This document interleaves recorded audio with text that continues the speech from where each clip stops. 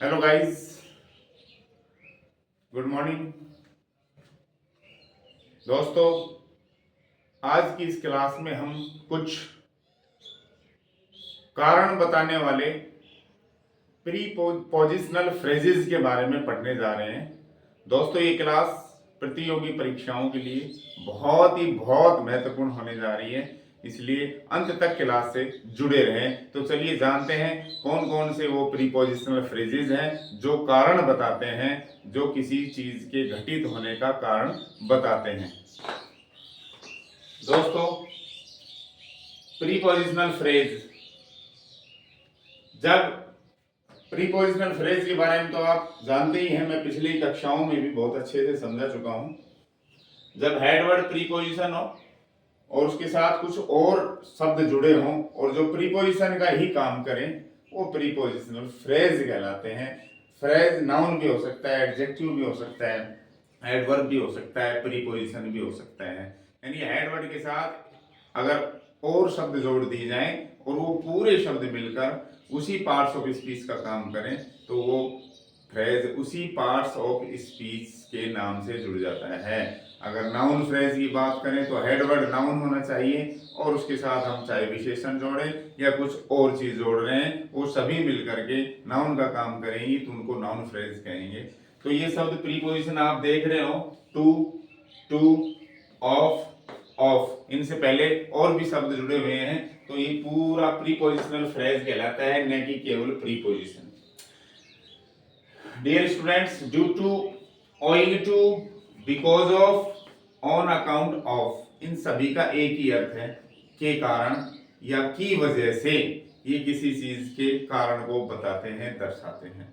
लेकिन बात आती है कि किसको कहाँ लगाएं, किसको कहाँ लगाएं, क्या क्या इसकी कंडीशंस हैं। वैसे बोलचाल की भाषा में हम एक के स्थान पर दूसरे को रिप्लेस कर सकते हैं, लगा सकते हैं।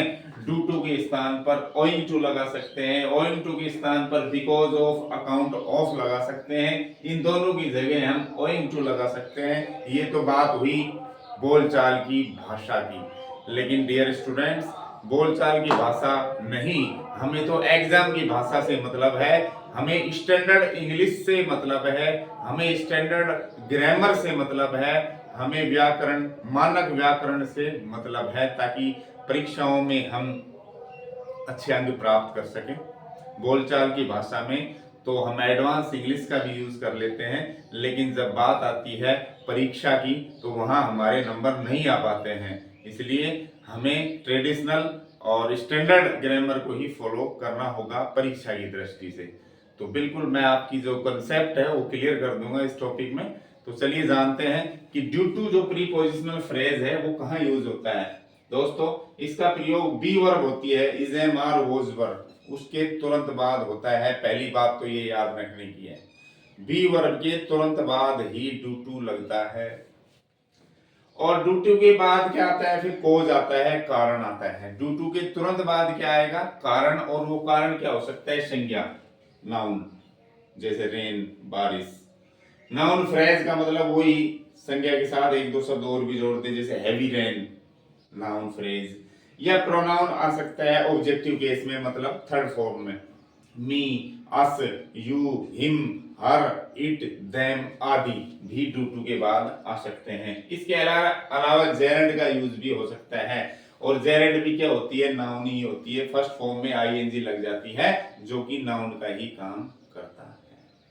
तो कॉन्सेप्ट हमारी बिल्कुल क्लियर है। ड्यू टू हम वहां बनेंगे जहां बी वर्ब के बाद खाली जगह होगी, is, am, are, was verb के बाद, और उसके बाद कारण होगा, और कारण नाउन, नाउन फ्रेज, प्रोनाउन या जेरेंड हो सकता है, आईएनजी वाला शब्द। दूसरी बात, ये जो है ड्यू टू प्रीपोजिशनल फ्रेज तो है ही, साथ ही ये मुख्य वर्ब के बाद यूज होता है और संज्ञा से पहले भी यूज होगा। तो ये एडजेक्टिव, इसका जो यूज है एडजेक्टिवल है, मतलब ये संज्ञा की विशेषता बताता है। किसकी विशेषता, संज्ञा की। और संज्ञा की विशेषता बताने वाले शब्द एडजेक्टिव होते हैं।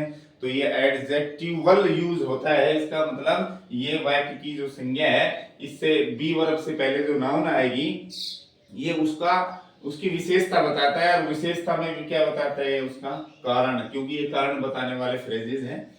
तो वाक्य की जो शुरू में संज्ञा आएगी, उसके बाद बी वर्ब आएगी, उसके बाद डू टू आएगा, तो डू टू बी वर्ब से पहले आने वाली संज्ञा की विशेषता बताता है, या कहूंगी उसका रीजन कोज बताता है कि ये संज्ञा क्यों घटित हुई, ऐसा क्यों हुआ, तो उसका कारण बताता है ये। इसलिए ये संज्ञा की जब विशेषता बता रहा है तो ये एडजेक्टिव का काम करता है ड्यू टू, तो इसको हम दूसरे अर्थ में एडजेक्टिवल यूज कहते हैं। कारण बता रहा है, इसलिए ये प्रीपोजिशनल फ्रेज तो है ही, कारण बताने वाला, लेकिन ये काम किस रूप में करता है, संज्ञा की विशेषता या संज्ञा का कारण बताने का, इसलिए इसका यूज एडजेक्टिवल कहलाता है। प्रिय विद्यार्थियों, दोस्तों, ड्यू टू के स्थान पर हम कॉज्ड बाय भी रख सकते हैं, बाकी किसी और फ्रेज के स्थान पर हम कॉज्ड बाय नहीं रख सकते। ड्यू टू के बाद ड्यू टू को हटाकर हम कॉज्ड बाय का यूज भी कर सकते हैं। It can be replaced by caused by, जो ड्यू टू है उसको हम रिप्लेस कर सकते हैं किसके द्वारा, कॉज्ड बाय के द्वारा, अर्थात इसके स्थान पर कॉज्ड बाय का यूज भी हम कर सकते हैं। प्रिय विद्यार्थियों, इसके कुछ उदाहरण मैंने दिए हैं, यहाँ पर देखते हैं। सबसे पहले बी वर्ब है कि नहीं, खाली जगह से पहले बी वर्ब है, वो सेकंड फॉर्म है बी की। उसके बाद देखते हैं नाउन है या नहीं, हिज पेरेंट्स नाउन भी है, तो डियर स्टूडेंट्स इसमें हम केवल और केवल ड्यू टू ही भरेंगे। The traffic jam is, B verb है इज, उसके बाद देखिए नाउन है कि नहीं, एक्सीडेंट है, ड्यू टू ही भरेंगे। इसका अर्थ है उसकी सफलता उसके माँ बाप के कारण हुई थी, यानी उसको जो सफलता मिली थी, पर इसमें जो संज्ञा है सफलता, उसकी विशेषता बताई जा रही है, उसका कारण बताया जा रहा है, और वो कारण है उसके माँ बाप। कोई लड़का है, वो सफल हुआ, उसको जो सफलता मिली, तो उसका कारण, उस संज्ञा की विशेषता बताई जा रही है, उस संज्ञा का कारण बताया जा रहा है कि ये सफलता क्यों हुई, तो उसका कारण है उसके माँ बाप। तो ये संज्ञा को की विशेषता बता रहा है ड्यू टू, तो यहाँ एडजेक्टिवल यूज है और बी वर्ब के बाद आ रहा है, इसलिए ड्यू टू ही भरना है हमें इसमें। ट्रैफिक जैम इज, जो ट्रैफिक जाम है, वो ट्रैफिक जाम क्या है, नाउन, तो इसकी विशेषता क्या बताई जा रही है, इसका कारण क्या बताया जा रहा है, एक्सीडेंट, संज्ञा है। ट्रैफिक जैम का कारण क्या है, दुर्घटना, यह दुर्घटना के कारण ट्रैफिक जैम है। अगला है his success is due to working hard, उसकी जो सफलता है, भाई करता क्या है, सफलता, और संज्ञा की विशेषता क्या है, वर्किंग हार्ड। ये जो सफलता है इसका कारण क्या है, वर्किंग हार्ड, मेहनत करना। डियर स्टूडेंट्स, बी वर्ब है, तो डू टू ही आएगा। दूसरी बात, संज्ञा की विशेषता बताई जा रही है, कारण बताया जा रहा है वर्किंग हार्ड। दूसरी बात, खाली जगह के बाद नाउन या जेरेंड मैंने कहा था, तो इसमें आईएनजी लगा हुआ है, तो ये जेरेंड है। जेरेंड का यूज क्यों करते हैं, जब किसी संज्ञा का कारण क्रिया हो, क्रिया पर बल दिया जाए ज्यादा, किसी चीज का कारण कोज वर्ब है, तो उस वर्ब पर ज्यादा इंफेसिस करने के लिए हम उसको जेरेंड में बदल देते हैं, आईएनजी लगा देते हैं। तो सफलता मेहनत के कारण है। अगला है accident was not due to driving fast, ये भी प्रिय विद्यार्थियों जेरेंड है, ये भी बी वर्ब है, और इसका नेगेटिव, जेरेंड में नेगेटिव अगर यूज करते हैं तो नोट का प्रयोग ड्यू टू के बाद नहीं, ड्यू टू से पहले होता है। याद रखने की बात है कि अगर नेगेटिव जेरेंड में हम ड्यू टू का यूज करें तो नोट कहाँ मिलेगा आपको, खाली जगह से पहले नोट, खाली जगह के बाद जेरेंड मिलता है, तो नोट यहाँ लगता है, due to not driving fast गलत हुआ। तो दुर्घटना है वो कैसे हुई थी, तेज गति से चलाने की वजह से नहीं हुई थी, कारण कुछ और ही था। The accident was not due to driving fast, दुर्घटना का कारण तेज चलाना नहीं था। तो जेरेंड नेगेटिव है तो नॉट ड्यू टू से पहले मिलेगा, ड्यू टू के बाद जेरेंड मिलेगा। बी वर्ब तो है ही इसमें, बी वर्ब के बाद ये आ रहा है। अगला है डिले, डिले क्या है, संज्ञा है, नाउन है, तो संज्ञा का कारण बताया जा रहा है कि डिले इज, देरी है, किस कारण, ड्यू टू देम, उनके कारण, मेरे कारण, हमारे कारण, तुम्हारे कारण। यानी कि मैं ये कहना चाह रहा हूँ कि ड्यू टू के बाद नाउन की बजाय प्रोनाउन भी आ सकता है, लेकिन ऑब्जेक्टिव केस में थर्ड फॉर्म के रूप में, और ड्यू टू से पहले बी वर्ब होती है। यहाँ डिले संज्ञा का कारण क्या है? ऑब्जेक्ट, प्रोनाउन है। डियर स्टूडेंट्स, ये था ड्यू टू। परीक्षा की दृष्टि से मानक ग्रामर को फॉलो हम करते हुए इसी तरह ड्यू टू का यूज करेंगे बी वर्ब के बाद, नाउन या जेरेंड या प्रोनाउन से पहले। बोलचाल की भाषा में मैंने कहा था हम वाक्य को ड्यू टू से शुरू भी कर सकते हैं, शुरू में ही ड्यू टू लगा के, जैसे due to heavy rains I could not go to school, due to heavy traffic I could not drive fast. तेज बारिश के कारण, तेज अत्यधिक ट्रैफिक के कारण मैं नहीं जा सका, अत्यधिक बारिश के कारण मैं स्कूल नहीं जा सका। तो ड्यू टू से हम वाक्य की शुरुआत भी कर सकते हैं, लेकिन ये एडवांस इंग्लिश कहें या कहूँ कि मैं इसको स्पोकन इंग्लिश में हम ऐसा कर सकते हैं। हम स्पोकन इंग्लिश में क्या करना होता है, सिर्फ अपनी अभिव्यक्ति हमें पेश करनी होती है, हमें अपने भावों को दूसरों तक पहुंचाना होता है, उसमें सही या गलत नहीं देखा जाता है। लेकिन बात करें एग्जाम की तो उसमें तो हमें मानक अंग्रेजी का ही यूज करना होता है, जो परंपरागत अंग्रेजी के नियम हैं उनको ही फॉलो करना होता है। इसलिए ड्यू टू का यूज हम बी वर्ब के बाद ही करेंगे, नाउन प्रोनाउन जेरेंड से पहले ही करेंगे। अगला प्रीपोजिशनल फ्रेज है ओइंग टू। इसका अर्थ भी दोस्तों के कारण ही होता है, लेकिन करते कहाँ है इसका यूज? इसका प्रयोग वाक्य के शुरू में करते हैं।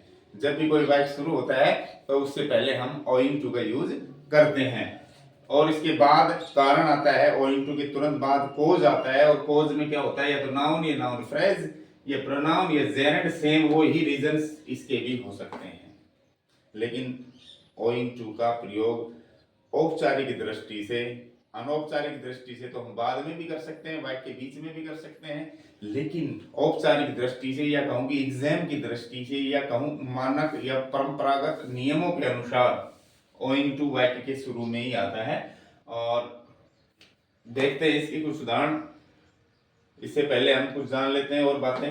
ये जो है ओइंग टू, ये क्रिया की विशेषता बताता है, ये संज्ञा की विशेषता नहीं बताता। और ये आता क्या है? ये भी वर्ब के बाद नहीं आता।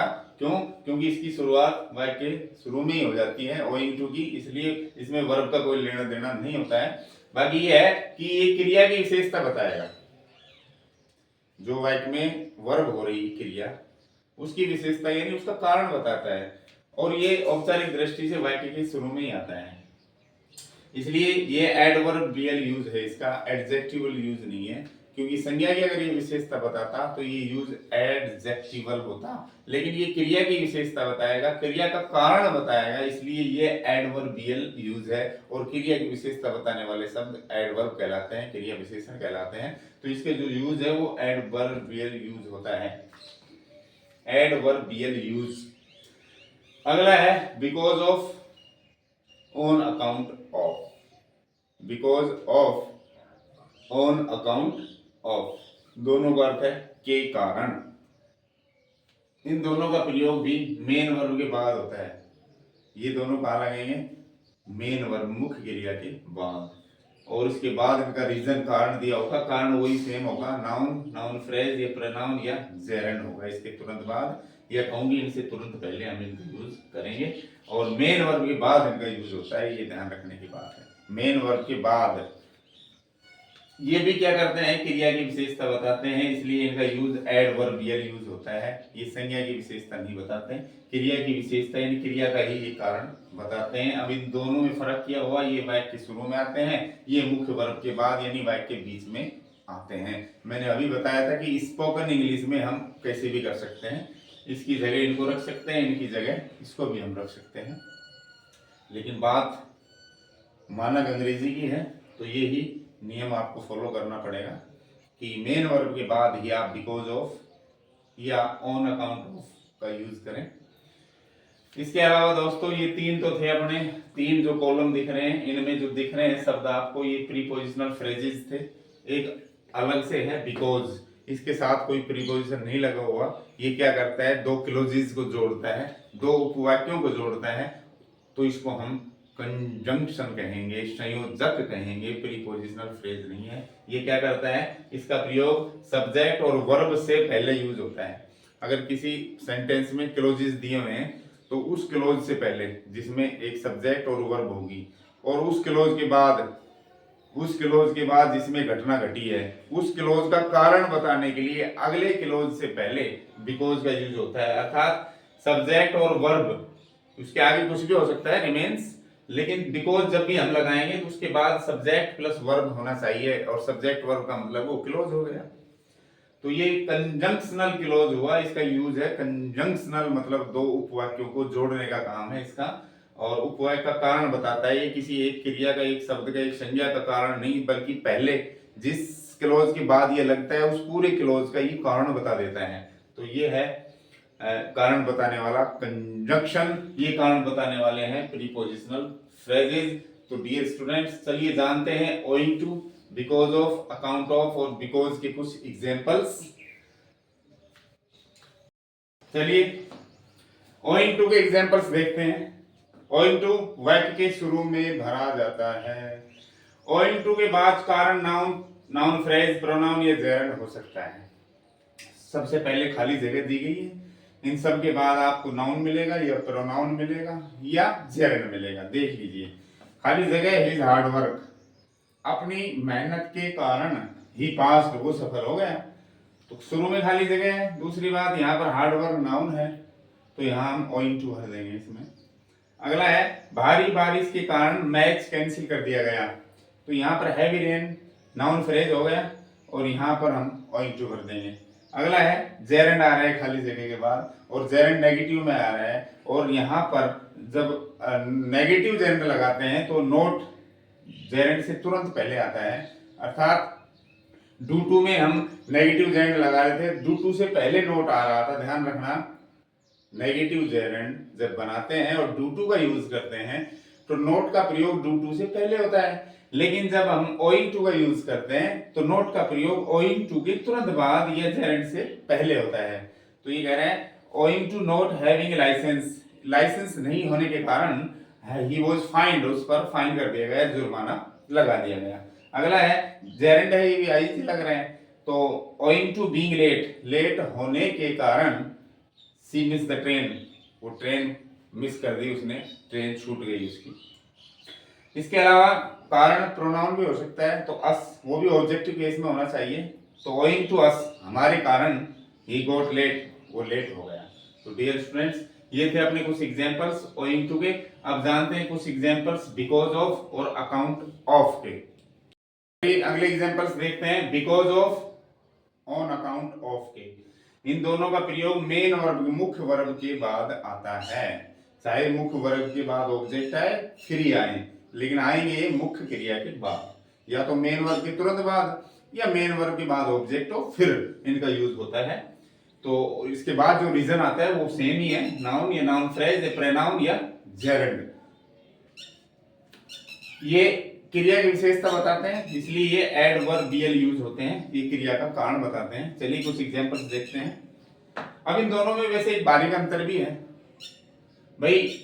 बिकॉज ऑफ तो बहुत ही इनफॉर्मल है, या कहूँ कि बहुत ही सामान्य है। अगर हम दोस्तों से, परिवार में बात करें तो वहां इसका यूज करना चाहिए। अगर हम किसी ऑफिस, किसी लेटर या किसी पैसे से जुड़ी हुई बातों को बताएं या किसी विशेष सूचना पर फोकस करें तो हमें ऑन अकाउंट ऑफ का यूज करना चाहिए।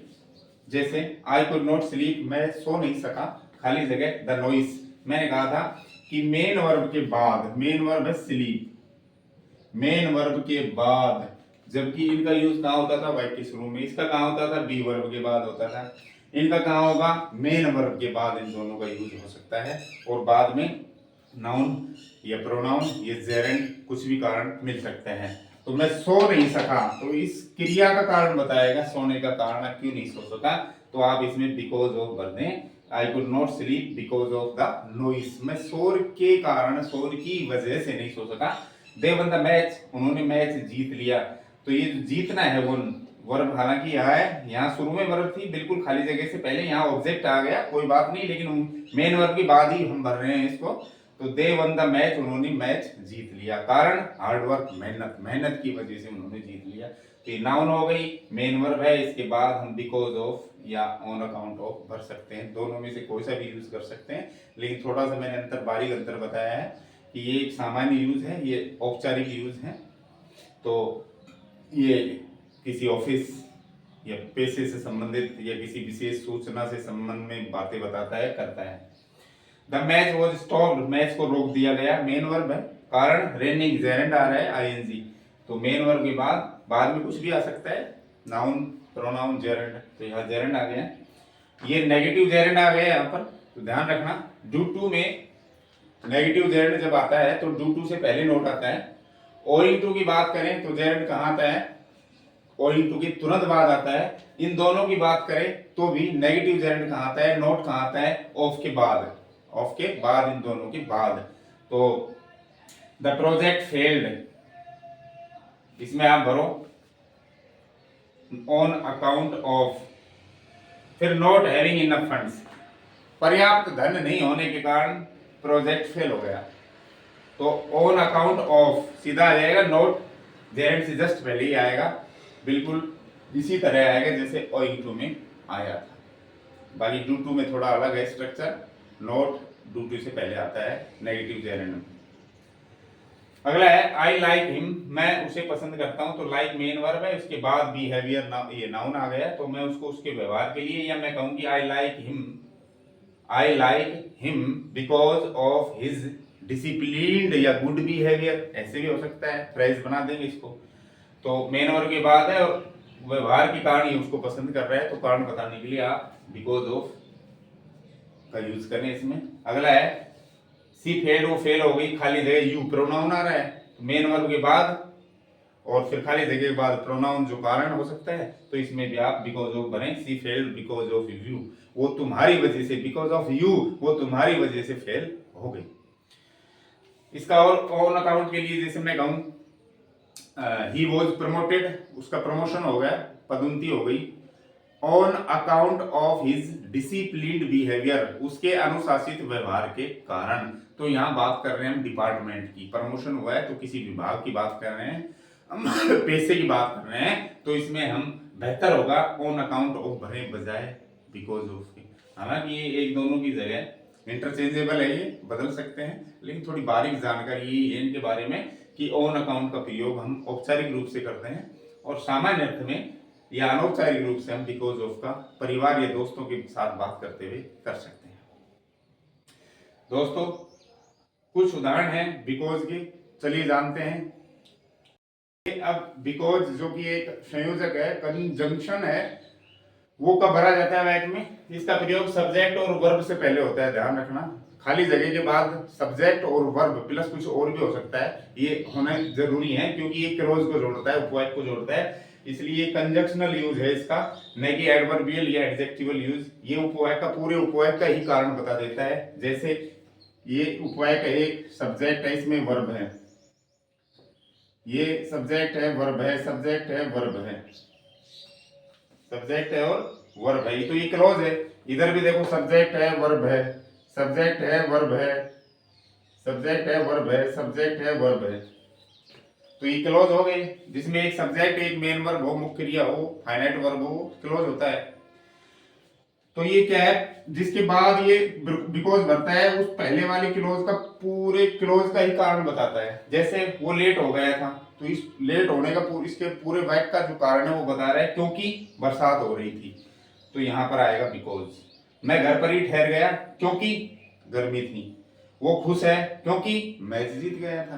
तो पूरे क्लोज का कारण बताता है, और दो आगे भी क्लोज ही होता है, तो दो क्लोजों को जोड़ने वाले शब्द तो कंजंक्शन ही कहलाते हैं। तो बिकॉज क्या है, कंजंक्शन है, जबकि बिकॉज ऑफ क्या है, प्रीपोजिशनल फ्रेज है, एडवर्बियल फ्रेज है, ये कह सकते हैं आप। प्रिय विद्यार्थियों, बिल्कुल आशा है मुझे आपकी जो कॉन्सेप्ट है इन कारण बताने वाले फ्रेजेस की वो क्लियर हो गई होगी। अगर नहीं भी हुई है तो मैं आपको एक क्विज के माध्यम से और ज्यादा क्लियर इसको अभी करवाने का प्रयास करूंगा। परीक्षा की दृष्टि से जिस तरह एग्जाम में आ जाता है, कुछ कंफ्यूजिंग सेंटेंसेस मैं आपको देने जा रहा हूं, जिसमें हम सोच करके खाली जगह भरेंगे कि उसमें बिकॉज आएगा या बिकॉज ऑफ या ओइंग टू या ड्यू टू। तो चलिए देखते हैं वो क्विज। डियर स्टूडेंट्स, चलिए कुछ और प्रश्नों के माध्यम से इस टॉपिक को क्लियर करने का प्रयास करते हैं। सारे के सारे प्रीपोजिशनल फ्रेज और कंजक्शन इसमें दिया हुआ है। बिकॉज कंजक्शन है, due to, owing to, because of, on account of, ये सब प्रीपोजिशनल फ्रेज हैं। तो इनमें से ये सारे के सारे कारण बताते हैं। तो एक एक प्रश्न को पढ़ के हम जानेंगे कि इसमें कौन सा फ्रेज उपयुक्त रहेगा भरना। देखते हैं। द टीम्स डिफीट, टीम की पराजय, ये पूरा नाउन है, ये भी नाउन है, ये भी नाउन है।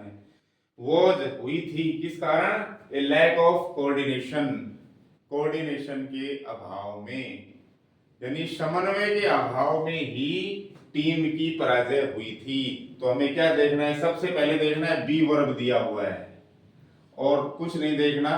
बी वर्ब के बाद हमेशा और हमेशा ड्यू टू का यूज होता है, तो इसमें ड्यू टू भर देंगे। और उसके बाद नाउन या प्रोनाउन या नाउन फ्रेज या जेरेंड आ सकता है कारण के रूप में। अगला क्वेश्चन है, शुरू में ही खाली जगह है। डियर स्टूडेंट्स, शुरू में ही खाली जगह अगर है तो हम क्या भरते हैं? देखिए, खाली जगह है, heavy traffic, we arrived late for the meeting, भारी यातायात के कारण हम मीटिंग के लिए लेट हो गए थे। तो शुरू में जो खाली जगह है ये सिर्फ नाउन है। क्या है ये? नाउन है, नाउन फ्रेज है, ध्यान रखना ये नाउन फ्रेज है। ट्रैफिक इससे पहले एडजेक्टिव लगा दिया तो ये नाउन फ्रेज है। और वाक्य के शुरू में जब भी हम भरते हैं कभी भी प्रीपोजिशनल फ्रेज तो उसमें ओइंग टू आता है, तो इसमें ओइंग टू आ जाएगा। We had to cancel the picnic, खाली जगह, मेन वर्ब है कैंसिल और मेन वर्ब के बाद खाली जगह है। ये ऑब्जेक्ट है, ये अलग बात है, इतना नहीं सोचना। आपको ये सोचना है कि मेन वर्ब के बाद खाली जगह है और उसके बाद फिर नाउन है या प्रोनाउन है या जेरेंड है। तो ऐसे वाक्य में हम क्या भरते हैं? बिकॉज ऑफ या ऑन अकाउंट ऑफ भरते हैं। तो इसमें हम दोनों ही भर सकते हैं। तो इसमें आप भर देंगे because of the sudden storm या on account of sudden storm. ज्यादा बेटर रहेगा इसमें बिकॉज ऑफ, क्योंकि मैंने कहा था कि पारिवारिक और दोस्तों के साथ बात करने के लिए सामान्य अर्थ में हम बिकॉज ऑफ भरते हैं और किसी पेशे के संबंध में या किसी ऑफिस से संबंधित बात या कोई सार्वजनिक कारण बताने के लिए हम ऑन अकाउंट ऑफ या किसी रिपोर्ट की सूचना के संबंध में कारण अगर दिया जा रहा है तो हम ऑन अकाउंट ऑफ भरते हैं। तो इसमें बिकॉज ऑफ ज्यादा बेटर रहेगा, बिकॉज ऑफ इसमें भरेंगे क्योंकि वर्ब के बाद, मेन वर्ब के बाद भरवाया जा रहा है। अगला है आई कुड नॉट स्लीप, मैं सो नहीं सका, तो ये वर्ब है। क्या ये? Main verb. और मेन वर्ब के बाद अगर भरवाए तो वही बिकॉज ऑफ या ऑन अकाउंट ऑफ भरते हैं। तो ये तो सामान्य सी बात है, पारिवारिक किसी को या दोस्त को या परिवार वालों को ये बताई जा रही है कि मैं सो नहीं सका, किसके कारण? तेज संगीत के कारण अगले दरवाजे पर, यानी पड़ोस में तेज संगीत चल रहा था, उसकी वजह से मैं सो नहीं सका। तो मेन वर्ब के बाद जब भी भरवाए तो because of, on account of आएगा, तो इसमें बिकॉज ऑफ भर दें। His success is largely, B verb के बाद जब भी भरवाएं, बी वर्ब के बाद, ये ऑब्जेक्ट नहीं है दोस्तों, ये मेन वर्ब नहीं है लार्जली। तो मेन वर्ब इसमें यहाँ पर है नहीं, ये ही मेन वर्ब का काम कर रही है। या कहूँ कि बी वर्ब है, ये बी वर्ब के बाद हमेशा डू टू भरते हैं। आगे आपको संज्ञा दी हुई है रीजन के रूप में कि उसकी जो सफलता है वो अत्यधिक रूप से, लार्जली उसके मेंटर की गाइडेंस के कारण हुई थी, गुरु के मार्गदर्शन के कारण या उसकी वजह से सफलता हुई थी या मिली थी। तो बी वर्ब के बाद भी हम डू टू ही भरते हैं इसमें। दे मिस द ट्रेन, वो रेलगाड़ी, उन्होंने रेलगाड़ी मिस कर दी। देखिए सब्जेक्ट है, वर्ब है, आगे देखो सब्जेक्ट है, वर्ब है, अर्थात दो क्लोज है। दो क्लोज के लिए कंजक्शन बिकॉज का यूज करेंगे, इसमें बिकॉज आएगा। The office was closed, office बंद हो गया था। मेन वर्ब आ रही क्लोज, मेन वर्ब के बाद हम क्या भरते हैं, ऑन अकाउंट ऑफ या बिकॉज ऑफ। चूंकि ये बात कैसी है, ये आधिकारिक बात है, एक सार्वजनिक छुट्टी की बात की जा रही है, तो इसमें बेटर रहेगा ऑन अकाउंट ऑफ। तो ऑफिस पब्लिक हॉलीडे के कारण बंद था। शुरू में खाली जगह आ रही है, देखिए, उसके बाद नाउन आ रहा है, he could not play the final match. Khalistan चोट के कारण वो फाइनल मैच नहीं खेल सका। शुरू में जब भी खाली जगह आती है और उसके बाद नाउन या नाउन फ्रेज या प्रोनाउन या जेरेंड आता है और शुरू में खाली जगह हो तो ओइंग टू का यूज होता है दोस्तों। अगला है इज द डिले, खाली जगह द वेदर, ये इंटरोगेटिव सेंटेंस दे दिया गया। ये अगर इसको हम इस वर्ब को हम पॉजिटिव बनाते हैं तो इज कहाँ जाएगा, यहाँ, द डिले इज। तो दोस्तों इज बी वर्ब है और बी वर्ब के बाद क्या आता है, ड्यू टू। अब इस को हटा के हमने यहाँ लगा दिया, सेंटेंस इंटरोगेटिव हो गया, कोई बात नहीं है। लेकिन हम यही समझेंगे इसमें हम, क्योंकि इसमें जो नाउन है संज्ञा उसकी विशेषता बताई जा रही है। ये नाउन, ये घटना क्यों घटी उसका कारण बताया जा रहा है नाउन का, तो उसके लिए मैंने बताया था डू टू यूज करते हैं। या ऐसे मान लो बी वर्ब आई हुई है और इस वजह से डू टू का यूज इसमें होगा। तो team's defeat was due to, शुरू में ओइंग टू,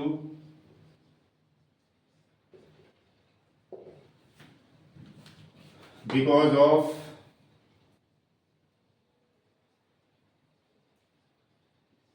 या ऑन अकाउंट ऑफ भी इसमें भर सकते हो आप।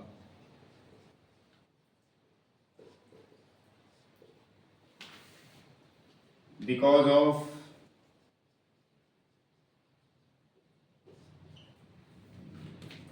Due to,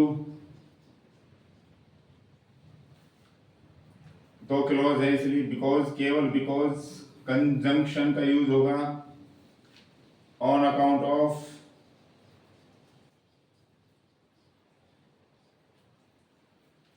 owing to, due to। Dear students, ये थे अपने कुछ क्विज के प्रश्न, या कहूँ कि ये थी अपनी प्रश्न उत्तरी। आशा करता हूँ अच्छे से समझ आई होगी आपको। दोस्तों, ये जो टॉपिक है बहुत ही महत्वपूर्ण टॉपिक है। ये प्रतियोगी परीक्षाओं के लिए बहुत महत्वपूर्ण टॉपिक है। इसमें स्टूडेंट्स कंफ्यूज हो जाते हैं और मैंने जो चीज़ें बताई हैं आपको वो फॉर्मल बेस पर बताई है, मानक या स्टैंडर्ड इंग्लिश या परंपरागत नियमों के आधार पर बताई है। एग्जाम की दृष्टि से हमने जो सीखा है उन्हीं शब्दों का हम यहाँ यूज करेंगे। बाकी बोलचाल की भाषा में एक शब्द दूसरे शब्द का स्थान ले सकता है। ओइंग टू के स्थान पर बिकॉज ऑफ भी हम लगा सकते हैं, बिकॉज ऑफ के स्थान पर ऑन अकाउंट ऑफ भी लगा सकते हैं, ड्यू टू भी लगा सकते हैं। डियर स्टूडेंट्स, ये बात हुई बोलचाल की भाषा की, बट औपचारिक रूप से या एग्जाम की दृष्टि से जो नियम मैंने बताए हैं उनके अनुसार ही हमें इन शब्दों का प्रयोग करना है। दोस्तों, अब आपके लिए एक मैं प्रश्न दे रहा हूं जिसका आपको कमेंट बॉक्स में उत्तर लिखना है ताकि मुझे पता चले कि आप लोगों की समझ में आ रहा है या नहीं। वो प्रश्न है,